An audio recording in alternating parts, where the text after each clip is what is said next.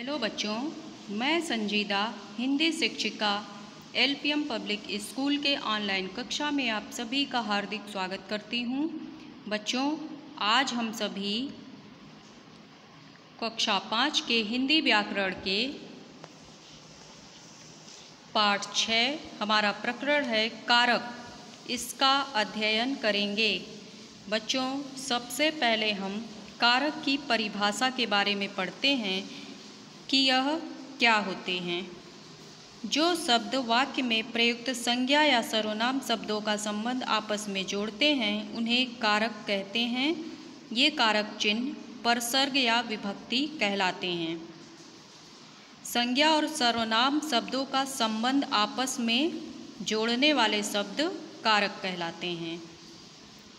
जिस प्रकार परिवार के सदस्यों का आपस में एक दूसरे से अलग अलग संबंध होता है तभी उनसे परिवार बनता है, ठीक उसी प्रकार भाषा में शब्दों का आपसी संबंध कारक कहलाता है। ये संबंध परसर्ग या विभक्ति चिन्ह द्वारा भी दर्शाया जाता है। तो आप समझ गए होंगे कि वाक्य में संज्ञा और सर्वनाम शब्दों का संबंध आपस में जोड़ने वाले शब्द कारक कहलाते हैं।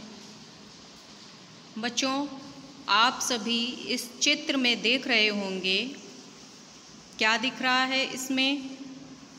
सबसे पहले ऊपर जो वाक्य लिखे हैं, आइए उनको पढ़ते हैं।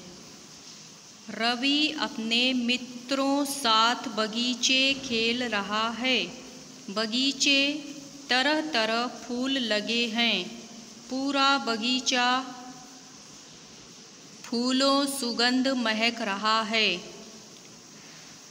फूलों तितलियां मंडरा रही हैं। आपने देखा कि ये वाक्य होते हुए भी स्पष्ट नहीं है, क्योंकि वाक्य में प्रयुक्त इन शब्दों का आपस में कोई संबंध नहीं है। इस वाक्य को सीधा लिख दिया गया है, इसमें आपस में कोई संबंध ही नहीं बताया जा रहा है, इसलिए ये वाक्य हमें स्पष्ट नहीं हो रहे हैं। तो आइए अब हम इन शब्दों में संबंध को जोड़ते हुए वाक्य बनाते हैं, फिर देखिए यह हमें स्पष्ट होता है या नहीं। रवि अपने मित्रों के साथ बगीचे में खेल रहा है। रवि अपने मित्रों के बाद हमको के लगाना है, मित्रों के साथ। रवि अपने मित्रों के साथ बगीचे में खेल रहा है। बगीचे में तरह तरह के फूल लगे हैं। बगीचे को फूल से संबंध जोड़ा जा रहा है, जिसमें हम लगाते हैं बगीचे में। ठीक है, पूरा बगीचा फूलों सुगंध, फूलों और सुगंध के बीच में हम क्या लगाएंगे कि पूरा बगीचा फूलों की सुगंध से महक रहा है। फूलों पर तितलियां मंडरा रही हैं।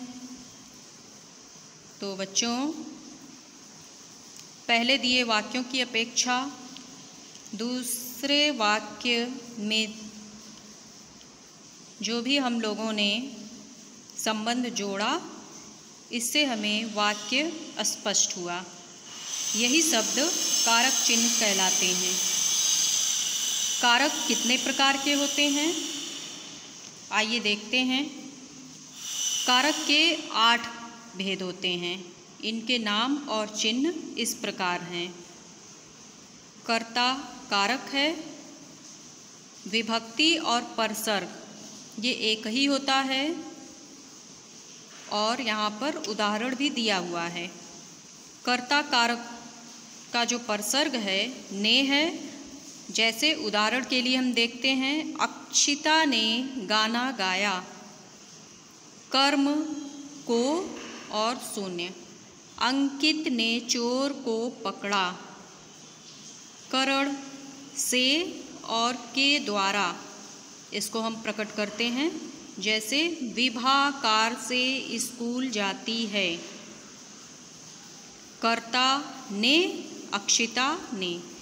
कर्म को अंकित ने चोर को, इसमें चोर को कर्म कारक है। कर्ता कारक क्या है? अक्षिता ने कर्ता कारक, और कर्म कारक क्या है?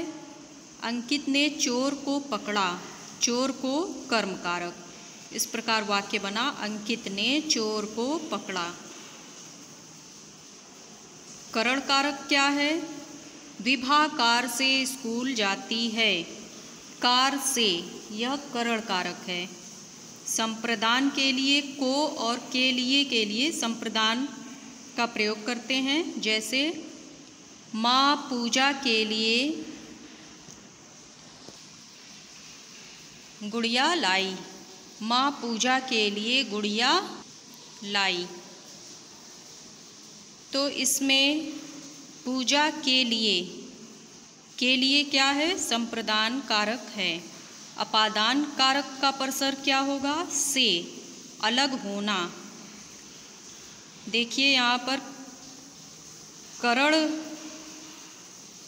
का भी परसर्ग से दिया है और अपादान का भी से दिया है, लेकिन अपादान के लिए जो से है यह अलगाव की स्थिति को स्पष्ट करता है। जैसे पेड़ से पत्ता गिरा, पेड़ से टूटकर पत्ता अलग हो रहा है, तो पेड़ से, यह अपादान कारक है।